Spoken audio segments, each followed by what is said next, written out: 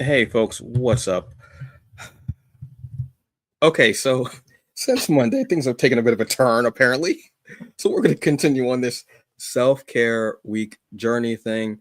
Today I'm obviously joined, as far as comic culture, I'm joined by Robert. That's my symbol, Robert. I'm I, Robert. I, I don't even know where to go with anything at this point, man. I feel like I'm it. shell shocked. Shell I, shocked. you know what? You know what? Let's make it better. How about Yeah. that? Folks, Yep. let's be your palate cleanser today. Let's try and get rid of whatever. Well, not get rid of it. I wish we could get rid of it, truthfully. Let's just try to take it back for an hour. Relax, chill. We're going to talk comics and comfort reads and comfort watches that are in the comics realm. And we're going to try. All right, Robert? Yep. You know what? Let me stretch. Jeez. This is. You ready, Robert? Hmm. All right, let's do this. Oh, man, I'm already tired.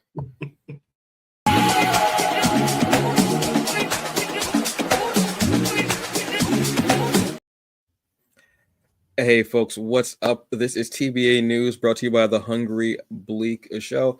I am Antonio Pomares, aka the Hungry Bleak, and as always, with me, this incredible gentleman right here is. I am Robert Jeffrey, co-host, and hyped to be here. I mean, hyped because we need this, right? Like you said, this is a palate cleanser. Like we sometimes you need to kind of take a break and just kind of decompress away from the social medias of it all. I uh, I so wish it was just social media. I wish it wasn't. I wish it because if it was social media, you could just log off and not deal with nothing. right, right. But it's a little, but the net is cast a bit wider than that. But you know Yeah. what? Right, you're absolutely right, Robert. We're talking comfort reads, Mhm. comfort watches, for comic book culture. Like there's so much stuff out there. We did a show a few weeks back about comfort reads, but we didn't really go as in depth. We did more of a list. Look, I was looking at the list that I have here that I made on Comixology, and I didn't realize because I made a comfort reads list a ways back, Mhm. and it says I have 324 comics in here. I did not know that. It's amazing. I love Uh, it. so I'm like, yes, thank you. All right, so first of all, let's define what a comfort read would be. I would think it's something that just makes you feel relaxed, is cool. It's not Mhm. necessarily something new, something that is comfortable for you, something that you're familiar with, that you can read over and over again, and it just feels good. You love the story, the art, the characters, everything about it. It's usually something older or something that, like I said, you've read maybe once or twice, and it's that thing that you hone in on. Yep. Definitely. Um, yeah, like I said, I'm looking at this. I'm like, wow. I'm like, and some of these are comics I haven't read in years, but there's something that I still think of in my head, which is what I love. What's a comfort read for you, Robert? So for me, let's stick within the realm of comics. Is Queen and Country. I think I've Okay. spoken about this before. A series by Greg Rucka and a rotating, what do you say, a killer's row of Yes. talented artists. Strangely enough, it's a series that is relevant, to the kind of the real world politics and um, yeah, and kind of it's an espionage thriller, so definitely it has its foot very firmly in our real world politics. But there's something about how Rucka and the various artists kind of crafts these stories that keeps me coming back. So it's usually kind of my like annual one of those comic book annual reads, and I think from a writing perspective, I really appreciate it. But then also as a fan of that genre, the spy thrillers, Hmm. espionage, kind of dramas or whatever. Um, it's as far as I've come across, and maybe there are others that do it better, but as far as within comics, it is I think it's the best book of its within that genre. Um, so it's something that is definitely familiar, and it just kind of I don't want to say wraps me up like a blanket, but it's something it's one of my go-tos. It's one of my go-tos. So I mean, but that's the feeling that you get, because that was what I was thinking about when I kept saying, something that you're just familiar with, like it's something that you can wrap around you. It mhm. definitely is. And if it gives you that feeling, that's comfort right there. I'm gonna be honest with you. Yeah. I feel like Ruka is one of those writers. So I'm looking at one of the like comfort reads I have, and Ruka's a writer on that. So I want to say certain writers. I think it can be writers too. Certain writers you're Yeah. just very Yeah. comfortable with, and you just go, because I'm looking at my list, and obviously y'all could probably guess what name is on here quite a few times. Brandon Thomas. I mean, Yeah. obviously. Yeah. As I'm looking at Miranda Mercury, Noble, Hmm. Excellence, obviously, yes. I was trying not to say excellence, but let's just be honest. Yeah. Uh, one for me is and I realize he's also a comfort writer for me. Is the Sixth Gun from the Cullen Cullen Bunn. Bunn. Yeah. Yeah, Yeah. this is a Western. Westerns comfort for me. Grew up watching Westerns, whether it was my mother or my father, putting them on. My mother still loves watching Westerns to this day. Like she loves, there's a channel where they have this, it's like Gunsmoke and Laramie, like all those like Yeah. these, Yeah. these uh, Westerns. Six Gun is basically, it's a story of these six guns that when they're brought, they each have a different power. Like one, when you shoot a bullet, it's almost like a bazooka. Like Yeah. it has a power of a missile. Um, Another one will actually be more like a flamethrower. When you bring all these guns together, they have the ability to remake the world. But Mhm. then to the history of the guns, and they haven't always been in the form of guns.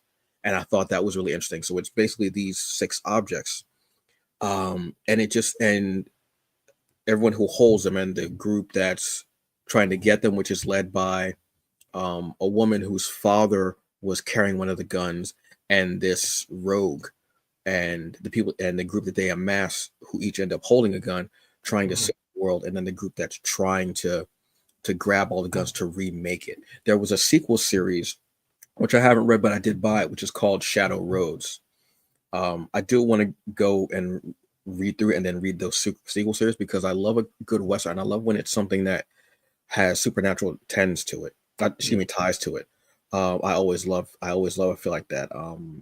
Something similar to that is almost like supernatural, actually, which you Mhm. could think of as a modern day western. Truthfully, Yeah. it is. But this is one that is there, and it's Cullen Bunn, who I'm looking on here, and I'm like, yeah, there's a few that are on Colin Bunn. Actually, is one of those comfort. Anyone who say that, and anyone who says that a writer is, or any writer, I should say, that someone says, "Oh, they're solid," is a comfort to me. I Mhm. don't understand why that is a negative thing these days. If someone is solid, I'm Mhm. like, that's good. That means that they're consistently Yep. good. But it's like, no, you have to be flashy. Flash only lasts for so long. Mhm. But when you're solid, there's a reason why they call you solid, because you're always there. So yeah, so Cullen Bunn, um, definitely is a comfort writer for me, and Six Gun is one of those ones where I love the mystery of it, the kind of conspiracy feel of it as well. The lore, the mythology, the group that they get together, different characters, the Yeah. art. It's a western. I love it. Go with it. Yeah, Six Gun definitely has got me. I love it. I think I have the first two volumes on my shelf for the Mhm. trades, and the kind of the weird west, Yeah. you kind of vibe you get. One I would actually want to give a shout out to Nicole Gibbons Kurtz. She's a novelist. She's a talented writer, but she's written in that space before. Mm, Um, but the when you pair up two different genres like that, like they do in the Sixth Gun, um, that's like that's like Thanksgiving for me. yeah. It's like, and I love writers who do that. Just and writing like within one genre is definitely perfect. But when you can find a way to meld those, like horror and like I said, a wild western, it's awesome. Mhm. But yeah, I that's a great choice. Like one that I've enjoyed myself.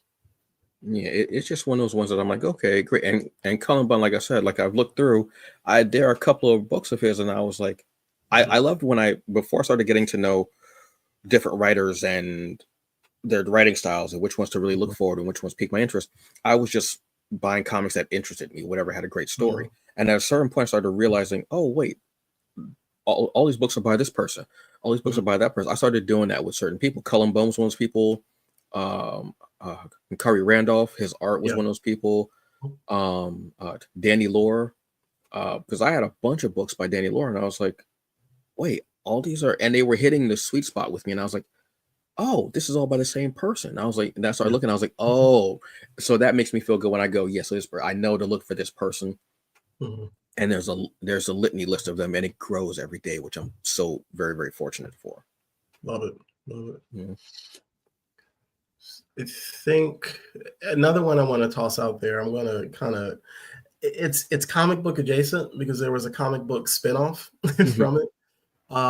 It's a novel, and before I forget, Greg Rucka wrote a few in universe novels for Queen and Country. So that Oh, I think really? people, yeah, they were really really good, and Oh, wow. they tied very well into that series. But the novel, the other novel I want to talk about as far as like a comfort read is World War Z. It's I oh, yep. All yeah, right.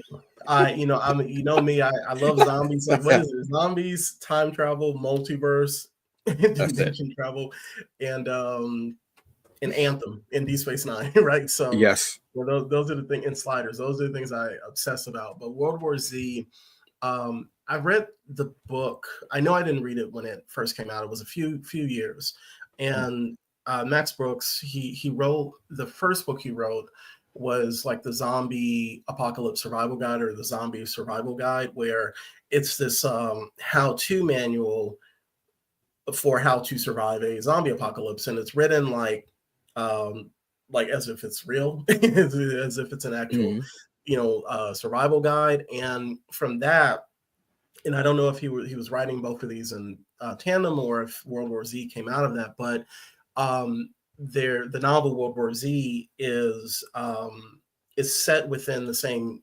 It's basically focused on the war that the author of both books has written, basically, or Mm.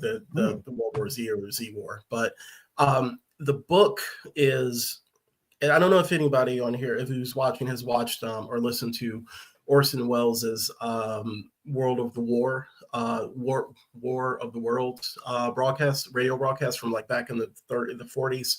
But Mhm. basically, this this novel has that kind of feel to it. It's told in a series of interviews where the author of the books, Max Brooks, I think he's kind of writing himself into the universe, where he goes and interviews various survivors of World War Z, of the Zombie World War. And so this is like set a few years after those events. And what you get is this like international, very detailed and personal accounts of how this war affected these people's lives. And Mhm. for me as a zombie fan, like I go back to Night of the Living Dead, Zack Mhm. Snyder's remake of Dawn of the Dead, Georgia, the original Dawn of the Dead, Return of the Living Dead, just anything with dead and zombies in it. Before before The Walking Dead got big, when I read this book as a writer and as a fan, it just blew my mind. And it is haunting. It gets very kind of emotional, but the amount of like social commentary and focus on like real world politics um is something that I had not seen kind of woven within a zombie story. And also the book is international in scope. So the thing that I love that this does versus things like The Walking Dead is that you get Mhm. accounts for people who aren't just American, and that is amazing. So you get various perspectives of people like in different countries, different continents, who are like, this is how we were affected by a zombie apocalypse. So there is a movie that was adapted from it. I don't crap on it like a lot of people do. I think it was fun for what it was. You know, it was a PG-13 summertime blockbuster, Yeah.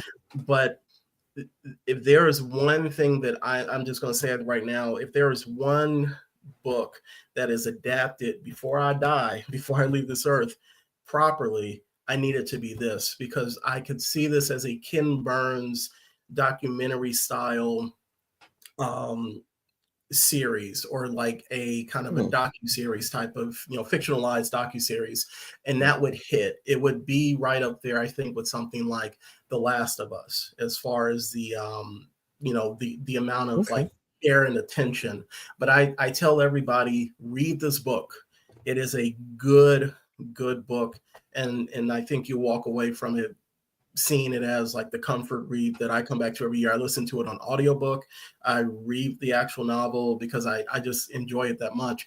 And I always say, just like Lauryn Hill, with the Miseducation of Lauryn Hill, Max Brooks wrote this, and it was like, outside of this one comic book, which is kind of which ties into that, which he wrote, he hasn't written a big zombie magnum opus like this, like in a while. So he was just like, deuces, y'all could do with this. But he's done more writing since then. But as far as I know, nothing like of the scope. I mean, Hmm. this was, as far as I'm concerned, this is a game changer as far as horror writing. It was a really solid book. But that's one of my comfort reads.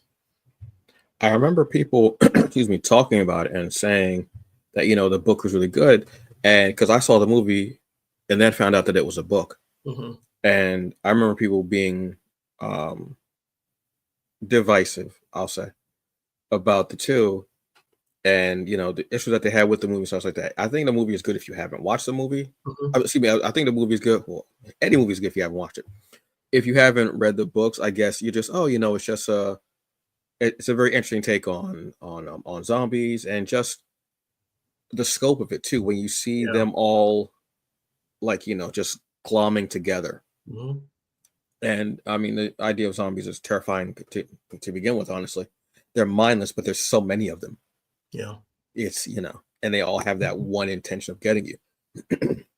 But I do know your love of zombies, so I know that, and you talked about the game quite a Yeah. bit because it is a favorite of yours. Hmm. So to have something, so to have the game be so good and you're able to actually live in that world, let's say, or Hmm. actually or play in that sandbox is actually a better way to put it. Of that world is great to be able to have that connection where you go, I love this story, I love Hmm. the books from it and such like that, and then I'm able to play a game is very nice to have, and that makes it even more of a comfort because you can read it, and if there are days that you don't feel like playing it, you can go back and reread or listen to one of the books, Yeah. which Yeah. makes it even nicer. That's a true that's that that's like a comfort plus ultra because Right. no matter what you can get your fill of it. You're like, I don't feel like playing a game today, but I do want some World War Z. He'll watch a movie, Hmm. or I could listen to the like. That's a beautiful thing. We can get it in multiple Yeah. things. If we're talking about, since we're gonna let's step out of reading comics as well because we're gonna Hmm. go into. I'm gonna say a comfort for me. I'm gonna say is Batman Beyond the animated series. Yes. I've rewatched it randomly. Like I think I'm up to episode 5 of the first season. Maybe I'd Hmm. randomly put it on. Like if I'm in the bathroom and I'm cleaning, I might put it on. If I'm in the kitchen washing dishes or cooking, I might put it on just to get it. When that theme song, DC does a great thing Yeah. because we talked about this with Justice League. Hmm. The music, that Hmm. opening, when you hear the first note, you automatically look up and you're like, what is? Somebody is listening. Somebody is watching.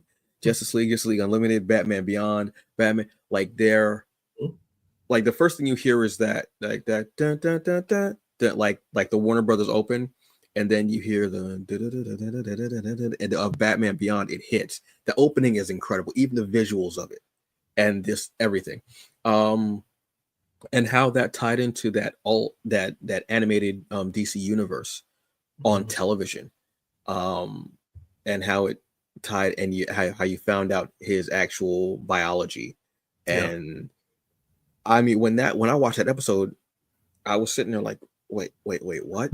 And it made me love Terry more. Like I Hmm. loved him before because he was just this character. You loved him being this Batman and him wanting it and fighting for it in essence. And Yeah. it's just great. And I remember watching it and it was ahead of its time.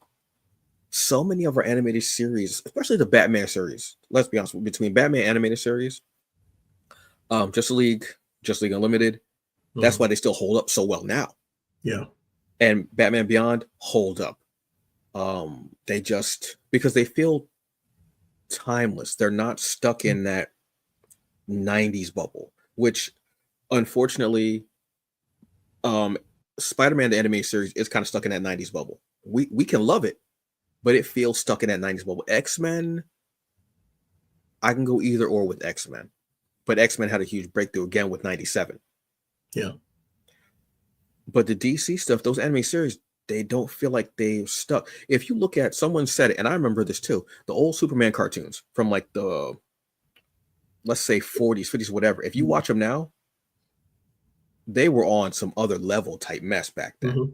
because that animation is crisp, it's clear, it's beautiful, it holds up.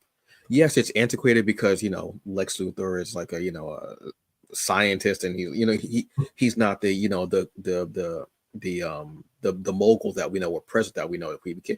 He's like scientist, robots, and everything, and it seems antiquated, but when you watch it, that animation is beautiful. DC has a way of doing that where they make their anime stuff timeless. Yeah. It's very smart, very I don't even know if they mean to do it or if it's just because of the stories that they have and how they choose to adapt them into animated. But even though Batman anime series is set in the future, it still feels timeless to me. Well, first of all, Yeah. we don't have flying cars, so yeah, definitely is timeless. Yeah, because we're never going to get to that level. But yeah, it hits me every time. And when that music comes on, it's Yeah. like, okay, cool. And I can fall asleep and wake up, and I'll still rock with wherever I'm at. I'll be good. I might even go back and rewatch the episodes that I missed while I was sleeping. But it just has that feel to it. It's comfort. Yeah. I they we I think the common idea amongst like geeks is that Marvel, at least for a while, was killing it with the live action Mhm. and kind of secondary when it comes to animation, and DC just always has animation on lock. It's just Yeah. there.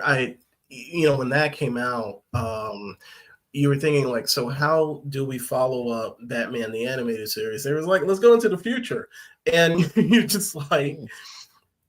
how is that a decision? Why is it? Why do you like? Why is that the route that you go? And then you get kind of further immersed in this like cyberpunk uh, Yes. type of vibe, and you just accept it because it's really really good. Um, and the same quality of storytelling that you were getting with the Batman the animated series, and then I think at that point, Superman the animated series, and then Mm. like the bridge has been built now between that and now Justice League and Justice League Unlimited, and the episode that you're referencing, epilogue, where you get that Yes. that the connecting threads of this is how this all ties together, you know. And if you want to go back and watch these excellent series, you can, to have that much more of an appreciation. But yeah, Batman Beyond was one that I I don't think I appreciated it until like a little bit later. Like when Hmm. it was on, I was like, okay, this is cool.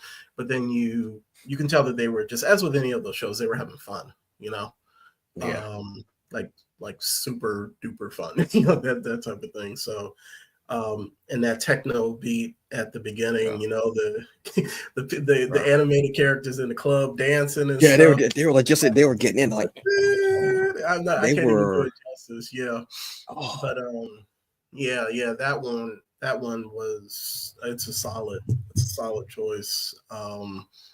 I think the other one that I have as far as let's say TV, I'm gonna say it's super powered adjacent. hmm. It's the 4400. Yeah. The 4400 it's came out in I actually would help to get a date, but it's either I think it's like the mid 2000s, I because wanna it was definitely after 9/11, because a lot of what happens in that series is tied into that era of politics and the government and all that. But the basic gist of it is that a group of individuals are brought back, who have disappeared over the years, decades, are brought back to modern day America, or like Seattle, and they're brought back in like a ball of light. So Mhm. um, the big mystery is was where have they been? Why were they abducted? But also, why do some of them now have abilities? And from there, you get a 4-season sci-fi superpowered epic that has elements of X-Men, um, elements of X Files. I call the Oh, series X oh, File the 2X. X yeah. Files meets X-Men. And so a lot of the thing with this series is that I it came out around the time, maybe a year before or after Heroes. So Heroes was the one, it's on NBC to begin with. So it's getting primetime NBC. So it's getting a lot of eyes on it, right? And for the 4400 was on USA, which was owned by, I think, Universal. I think it's still owned by the same company, but Yeah. that one wasn't getting as many eyes on it. It has a dedicated fan base to this day, but I feel that between those two, because I watch Heroes and I watched the 4400, I think Hmm. 4400 like after the fact, a couple of seasons after. It is the quality show. It is the better of the two, and I think it's one that once again has flown under the radar for years. Like if you're a fan of um, movies like Chronicle, if you're a fan of something like Yeah. uh, Alphas, if you're a fan of yep, if you're a fan of there was a British show about the group of adults who were doing community service, and then they got super abilities. If you're a fan of, you know what I'm talking about, right? Yes, Yeah, absolutely. Yes, so sir. so if you're a fan of those, That the was 40, oh boy, the name of that series. Like yeah, it's if I remember it, I'll definitely toss it in chat. But the 4400, and also if you're a fan of Heroes, the 4400 is one that I think a lot of people, especially within this like acceptance, more of an acceptance of like super abilities and comic book stories, and this brand of sci-fi, people should check out. There was a reboot of the series on the CW a couple of years ago that I actually reviewed with a carefree black nerd, Rain Coleman, and we did live reviews of it, and we enjoyed it. It was what I loved about the newer one is that it focused on issues that focused on like marginalized communities, while the original one did, but it comes back to that idea of like how I feel sometimes with X-Men. You're telling me stories about disenfranchised groups, but the people leading the charge are blonde haired and blue eyed. So it's just like sometimes, yeah, like when you're talking about these ideas of like oppression and prejudice, it's just like you need some other representation at the forefront, and I think X-Men does do that.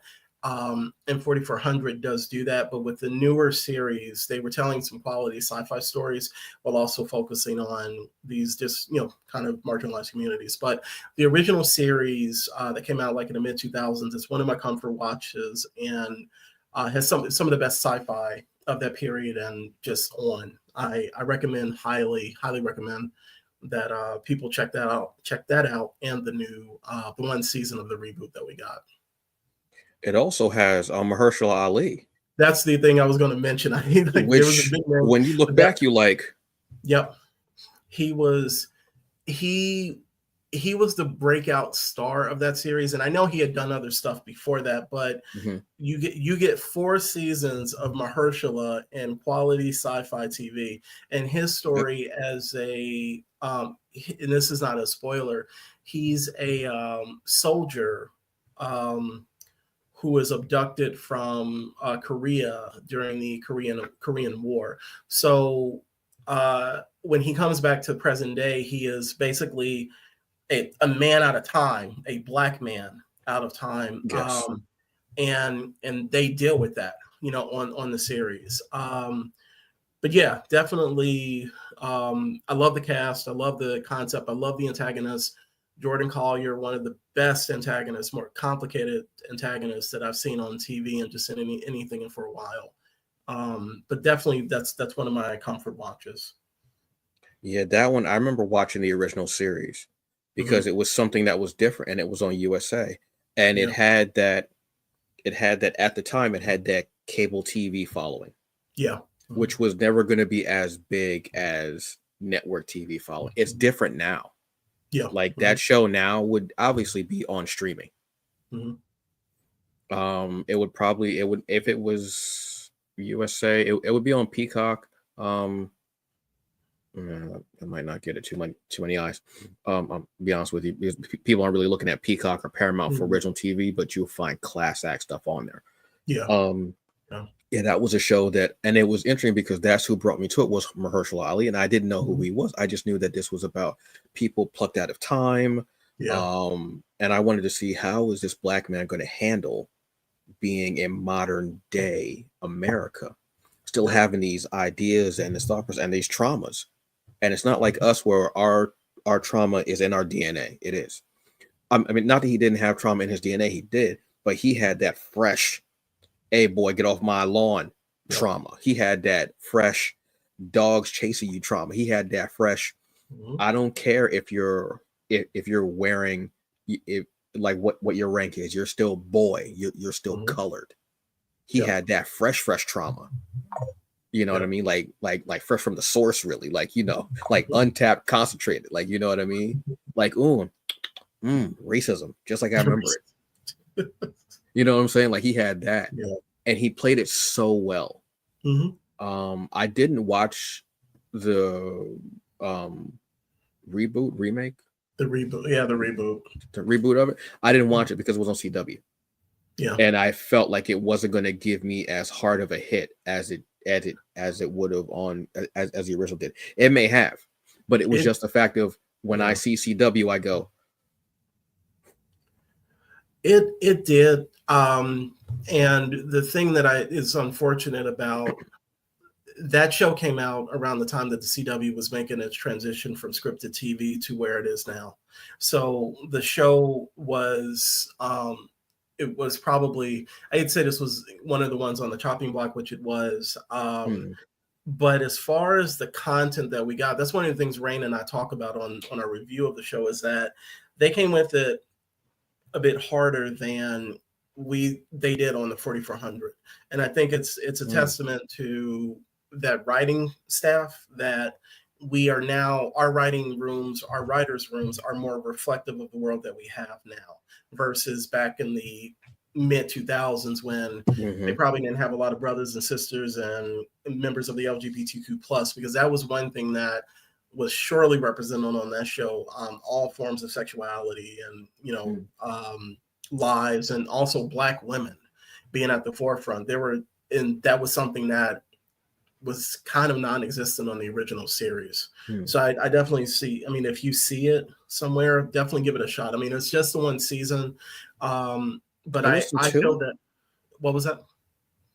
It wasn't 2 seasons. No, it was just one. They only got one. Oh, The damn. original series got four Hmm, seasons, and the new series only got one. So as a devout fan of the original one, I enjoyed the new one. I know there are a lot of it's like it feels the same way like with Star Trek sometimes, but I love hmm. them both for different reasons. But that's one of my comfort watches. You're that way. Yeah, there was. I'm trying to look through Prime now because I'm like, God, so many damn things. And I'm also trying to remember the name of that series. Um, it wasn't Um, Freaks. no, Freaks was something else. I can. Freaks, It I think, was is a show from Hulu. Is one like their Hulu original shows. Um, Misfits. Misfits. okay, that was Yeah. close. Freak, Memphis. All right, yeah, Misfits was different. I like when things show powers that have like there's a drawback to, like, if you use it too much Hmm. you'll get tired. Like there has to be like a balance. It can't just be superpower all the time. There has to be a drawback to it because you're still Yeah. human and your body wasn't meant to have that ability at this Hmm. point in our evolution. So Yeah. I always enjoy stuff like that. Supercell, um and that's another one to look out for. Sorry. I'm Sorry. waiting. I'm waiting for that. I need a second season of that. Yeah, that's Damn, coming. because that one left me on a like, well, so what's going? Okay, so I'm gonna have to wait like 5 years for this. All right, cool, bet. All right. You know what I mean? Like you just go, all right, cool, all right, cool. Another one for me that's a comfort read. Actually, I'll go back to comics real quick. Is Yeah. there's a comic called The Activity. Okay. Um, it's from Image. This is when I first started reading digital comics because there was a long gap in me reading comics because I didn't have the money, Hmm. and I didn't have the availability of them. Yeah. I didn't have a store really near me, and if I did, I'll go back to the first part. I didn't have the money for it because comics can be an expensive habit. Back Yeah. then, if I look back at it now, and I'm like, damn, issues were like how much back then? Easy, I got that. Now one issue is like 5 issues back then. Mhm. Like the price, why I mean the price obviously jumped up. Um, this was similar to Queen and Country. If you're a fan, it's like that espionage. But I always go with espionage, but also the paramilitary part. I love Mhm. it. If you were a fan of the show The Unit, Yep. it's similar to that. Um, it's this group that they go out and they do these black bag missions. But it wasn't just action; it was also the fact of being in the room. So it was a mix of the Unit, Lioness, Mhm. because I love when you get those scenes where they're in the rooms making the decisions, and then those decisions become orders that get sent to the teams, Yeah. and both settings have that tension, and both settings can be dangerous if you take the wrong route. Okay. Um, and it was just great. It was 3 volumes, and again, for me, a lot of comfort stuff is older stuff because I wasn't able to Yeah. read it or watch it. So when I was able to read Battle Chasers, it Man. was like years after everybody else was reading, Yeah. and I'm like, Yeah. wow. And I don't say anything because I'm like, have you read this book called Battle Chaser? I'm like, what? You just got a time machine? But what are you talking about? So for me, a lot of times, digital comics are great because I can go back decades and read something Yeah. that I wouldn't be able to find now. So the activity was one that had me in a chokehold. And it was when I started buying um digital comics. Because like before when I first got into comics and digital comics, I knew nothing. I didn't like tablets. I didn't, like no, I was like, give me them in paper. I want to hold it. I still do because Yeah. I love supporting comic book shops and I love having them. I especially love putting them on like my coffee table. I think I Yeah. absolutely love doing that. But I would only get previews. So I wouldn't paint it. I was like, I'm not putting my information into the internet so it can be all out there. I mean, jump ahead to the future now. Um, so I had all these things, and I think it was one of the first comics, or one of the first trades, I should say, that I bought Yeah. on Comixology, and I had on my tablet because at that point, Comixology would have sales on the weekends. They would be Friday to Sunday, and they Mm. would be quote unquote indie sales. It would be Image, Boom, Dark Horse, and it would be like 70 to 80% off. So I'd be like, what? So obviously I'm stocking up. So I would buy like 3 of the trades. It Yeah. was all 3 trades. And it was great because I love that feeling, that paramilitary, like I said, the espionage, the big room, the the decisions made in the rooms where there's only 3 people. Mhm. And if you give me that David Mamet type of back and forth, Yes. Yes. that David, if you don't know the name Mamet, please go and check it out. Yeah. The dialogue, snappy, Mhm. witty.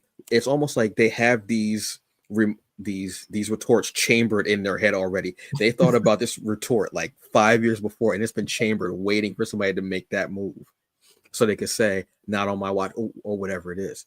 And it Mhm. just became this thing, that I loved. And I think I was fresh off the heels of really watching The Unit, Okay. and that's a David Mamet project. Um, and it's just the lines can come at you very quickly, and Mhm. they're like it's like there. And it was just it was an awesome read for me, and I loved. Like I said, it's 3 volumes. Um, who actually wrote that? I know it's not David Mamet, but I would die laughing if it did say David Mamet. I honestly would be like, he wrote a comic. He's passed quite some time. No, he's passed for a few years now, I want to say. I think so. Um, yeah, but it was just one of those comics I truly enjoyed. So yeah, the activity from Image, because I was hitting a lot of Image stuff. Because again, there was a point when I was not, um, getting comics. I just wasn't because I didn't have the money and I didn't know where the hell they were at.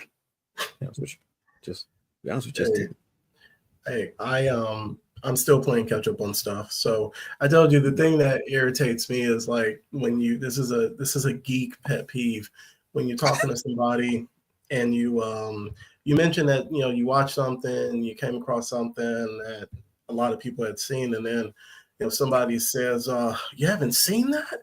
Wow, where have you been?" And I'm just like, appreciate the person, then rather than making them feel like crap even more. Just like it I'm just saying. it's too much it's too much stuff to take in. But it's when you come to it, that's a beautiful thing. It's a And beautiful there's a thing. lot out there to take in. It's like I Yeah. said, normalize not taking everything in, Yes. because Yes. if you take everything in, if it's your job, that's one thing. I'm like, oh wow, Yeah. that's great. You get those. I would love that, obviously. Mhm. Hint, hint, wink, wink. But if you just out here just taking everything in, but you got, you got a job, you got bills, you got partners and children. I'm like, how do you take all this in? That's wild Yeah. to me. How are you doing this? Well, here's the secret. You know what I mean? It's okay to not take everything in. It's totally okay. Yeah. Yeah, the activity, it is, please don't let it be somebody problematic that I'm gonna go, oh God, no. Please don't be somebody who I'm like, oh, maybe I shouldn't have advocated for this comic. No, it's Nathan Edmondson. Okay. Uh there's a story. Mitch Gerads is art and letters. This I'm looking at it now and I'm just like, I even love the logo for it because it's like it's Beretta 9 millimeter silenced, and it has Ooh, underneath, it has a text, the activity.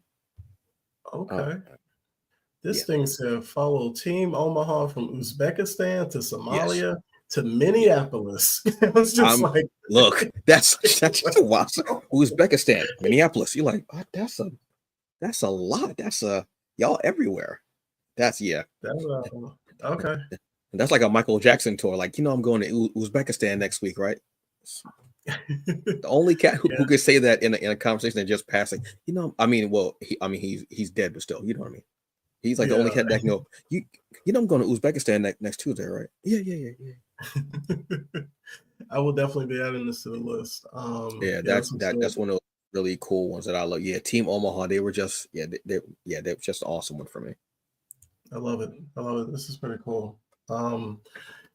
The I guess for me, I'm going to keep it within the realm of still TV. Um, Mhm. it's actually no, not TV because I'm sorry, I video games. So that's Oh yeah, that's in TV. Because it's I played on got a like TV, so it counts. it's you play it on TV. Counts. I'm gonna say co-op games, and I'm gonna include Okay. just a couple, and give like brief kind of rundowns. But we mentioned World War Z, the video Hmm. game, um, Streets of Rage 4, Yeah, and yeah, the Gears series. that's it. So each of these, as I mentioned before, co-op, and they got a lot of play from me, especially World War Z and Streets of Rage 4 during COVID. Mm, And what had happened was, and actually Destiny 2. So I'm those four. yeah. So what had happened was myself and all of my friends, and probably the same for you, we couldn't link up, we couldn't hang out, Hmm. and even before that, we had still run co-op games, but it seemed like in 2020, that's when, since we couldn't leave the house and we all had internet connections, we just started running these games. And World War Z was huge with running the horde mode. The same thing with Streets of Rage 4. Like you're going back to your this beat 'em up video game, Yeah. this love of beat 'em up video games, and then Destiny 2, I have, friends who are kind of more into that franchise and that series than I am. And I was kind of brought along to, to kind of run those games. And as a fan of Halo, didn't play that so much with like the competitive side of things, but more of like the one player. That kind of fit within my wheelhouse. So I found myself hopping between each of these games, and just co-op gaming became a kind of a comfort for me, just to kind of, it was a way to chill with friends. The joke is always like, I ain't got to go to the club. First of all, because I'm 40 plus years old. And secondly, I, I can, Same, same. I ain't gonna be that dude. But it was a thing of being able to just kind of commiserate with you, with your friends, with the headphones on, and just running these games. So, especially around that time, it became something that was kind of helped us through it all, and it became more of a comfort, to the point now where my preference is to run co-op games. I just do. I can definitely do a single player games, but most recently, the last one on the list was Gears. All the Gears games. I ran that with another friend, and I had never played them before. So we all of 2024, we ran through Gears 1 through the most recent one, Gears 5, and that experience further solidified my love of co-op gaming. So it was so that brand of games, and those specifically those four, let's say four franchises, because I think one of them has like multiple games in them. That's my go-to, as far as like when it comes to being comforted by video games. And one honorable mention, more of a single player experience, No Man's Sky. It is like my space opera house building, explore the universe game, which I can just kind of sit back and just literally just fly my spaceship across a planet and just unwind and relax, and not have to shoot anything, and not have to go on missions. You can explore the universe and just be chill. So co-op gaming and single player with the No Man's Sky, those are huge comfort plays for me, I guess you could say. Yeah. I can, yeah, when the pandemic hit, everything like digital games became my thing. Mm-hmm. So I totally understand that. Destiny like really helped me mentally because friends were playing it a lot, and I played a couple of times. It wasn't even on. I haven't even downloaded it. Like I had the game, but I just hadn't downloaded it or anything.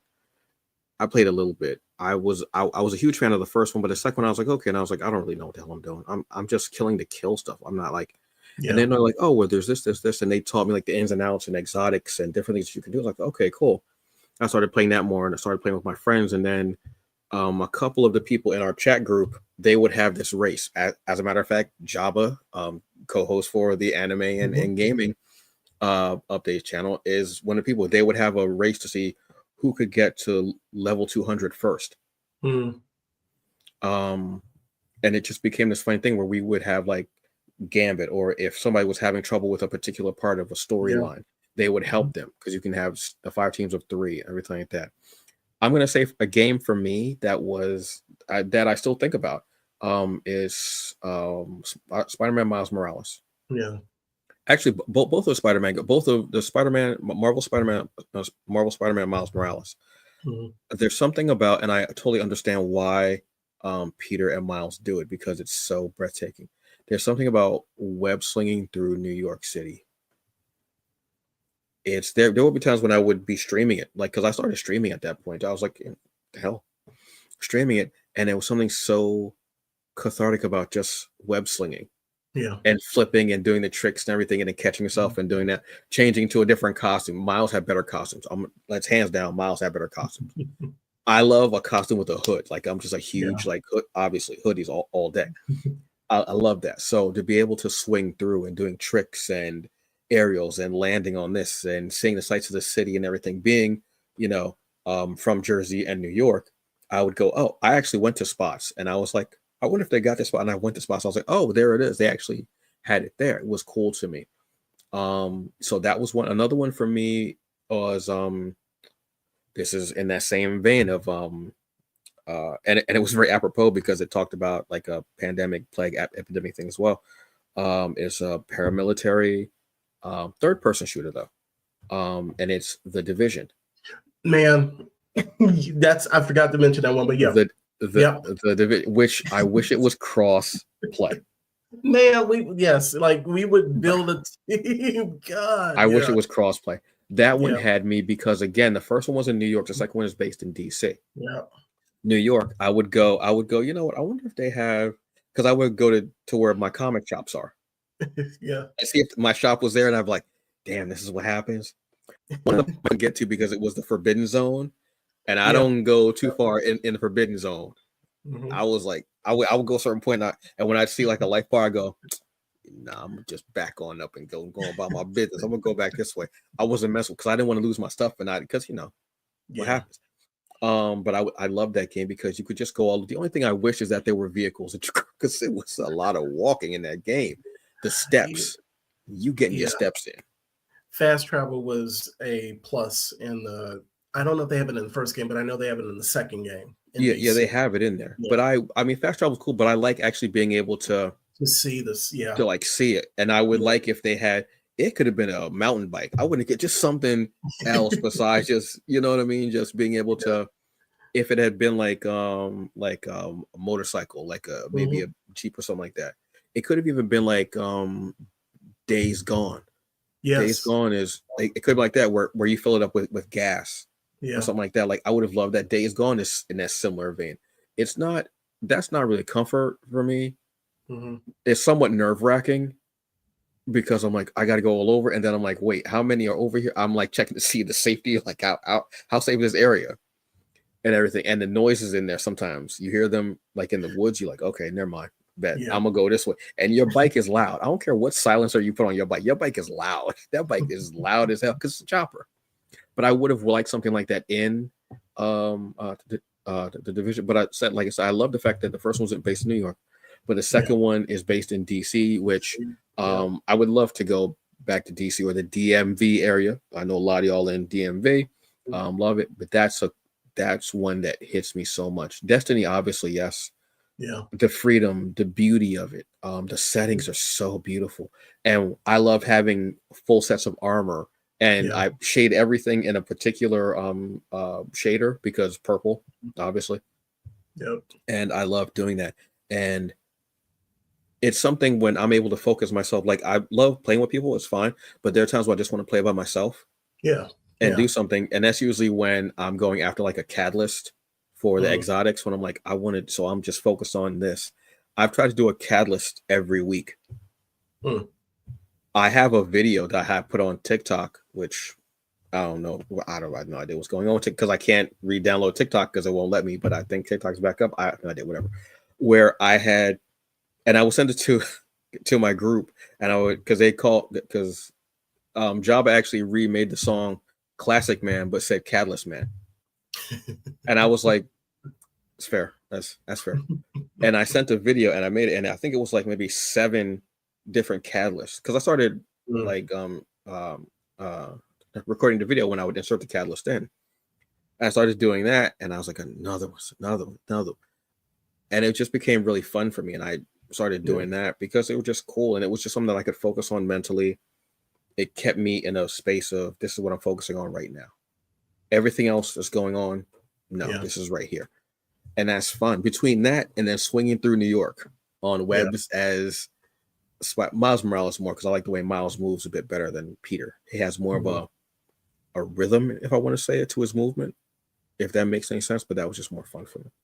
I have No. real quick before we go, I gotta ask Yeah. you, comfort foods. What you got?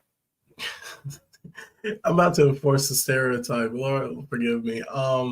Fried chicken. I'm just like Bro, it's nah, yeah, like my wife will tell you like this this and my wife and my mom, like oh whenever my I go to god. my mom would be like, BJ, I'm gonna fry you up some chicken. I'm not gonna eat none of it because Damn. it's like health and stuff. But yeah, fry. I mean, like the comfort, I'd say fried chicken. Hmm. Um, I love a good Publix deli sandwich. Like if you Oh, if you okay. if you live down here in Georgia, you know their deli sandwiches are the best. Um, red velvet cake, and my wife got me addicted to these things, Takis. You know, those are my four go Damn. tos. Yeah, yeah. Okay. Like Okay. as far as like comfort foods. So those it's a weird amount. I won't eat them all at the same time, but No, no, no, no. those are the ones that come to mind. But yeah, that's it. I can give you more, but those are the top ones. If you eat all four of them at the same time, it's like a reverse infinity gauntlet where you'll just fall asleep. You'll just feel like I can't. I tried. And you just knock out. Yeah, That's it. I just disappear. It's For just real. not. You don't even need to snap. You just go. That's it. Look, Job and I talked about it real quick. I'm not Mhm. going to give the same choice that I gave with her, but I did give chicken and waffles from Melba's, Mm, and I said I don't like eating fried chicken in public. I feel mad insecure. yeah. I did it in front of white people once, and I was like, I can't do this again. Never. But when I eat, but at Melba's, Harlem, Mhm. Black Yeah. Institute, iconic, Black love in that building. When I'm in there, I still have decorum because I Yeah. try somewhat classy, kind of, sort of, maybe a little bit. And I'm eating the chicken. I'm like, this chicken is so good. It's crispy, seasoned to perfection. The meat is it's just perfect. And I'm eating it, and I'm eating fried chicken in public. This is it's awkward to me because I don't like the looks, and I don't like just look. And you all hunched over, and you in that bowl. You like, and you look up and you're like you like this feral ass animal. And but no, so I totally understand fried chicken. Yeah. Fried chicken hits my heart. For me, I'm gonna give different choices. Fish and chips. Yeah. Big fish and chips fan. As a kid, I grew up on fish and chips. It's funny, as a kid, I grew up on some definitely English influences, British influences, between fish and chips, and then a lot of BBC on Channel 13, which was Yeah. what might have been the same for you. Uh, what was it? PBS. Okay. PBS for us. Hmm. Doctor Who, Benny Hill, Are You Being Served? Hmm. All those old sitcoms. Red Um, Dwarf. Red Dwarf. yes, Red Yeah. Dwarf, all Hmm. that stuff. Those old ones, I grew up on those. So I have a lot of British influences, which makes sense about my sense of humor sometimes. Um, yeah, so fish and chips, uh, cheesecake. Yeah. Um, is wonderful. Actually, no, I gave cheesecake over there. So I'm gonna say something different. Recently, what I've gotten into is Ben and Jerry's non-dairy lights caramel action. It's the Ava DuVernay Oh. flavor. Okay. God, it's incredible. It's amazing. I, I absolutely love it. But I don't sell because it's expensive. Like just buying one Ben and Jerry's like pint. I'm like, yeah, I'm not gonna do it. But they had a Yeah. sale where it was 3 for $9. I was like, well, for the culture, apparently I need to. I love it. Yeah, I have to. Um, I love. I'm trying to think of what else I can say. You know what? Appetizer. I'll go with appetizer. Hmm. Um, Also at Melba's, actually, they have like soul rolls. Hmm. I hadn't had any. I saw them on Triple D, and I was like, damn, I want to make them. Then I saw that they had them at Melba's. I said, bet I'm going to be up there next week. I got didn't have the same things, but it was what was it? It was greens, it was rice, and no. It was greens, rice, something else was in there. I ate it, and I said, just possibly the blackest moment I've had in my life. This is ridiculous. And And they you said still give, soul rolls? yeah. Soul rolls. Wow. I love it. It, I mean, have you ever had one? No, no, no. This is the first time I've heard of it. A soul roll is basically an egg roll, Yeah. but just like with soul food in it. Okay. Nice. So this had greens, because normally with an egg roll, what is it? It's cabbage. If it's just a vegetarian one or spring roll, it's like just cabbage, maybe some carrots. Hmm. If it's regular, then it's like cabbage and pork and I think some carrots. Some places put mushrooms in them, depends. I don't know what. But the soul roll, but the one I saw in Triple D, it had like chicken, Yeah.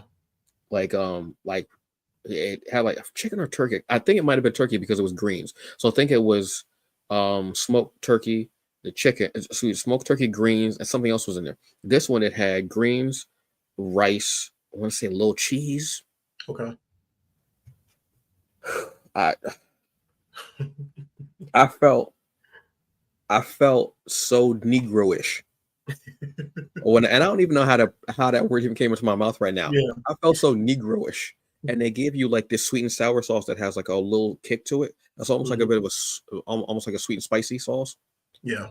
I was eating and I was like, "Does anybody want any?" And they were like, "No," and I was like, "Thank you."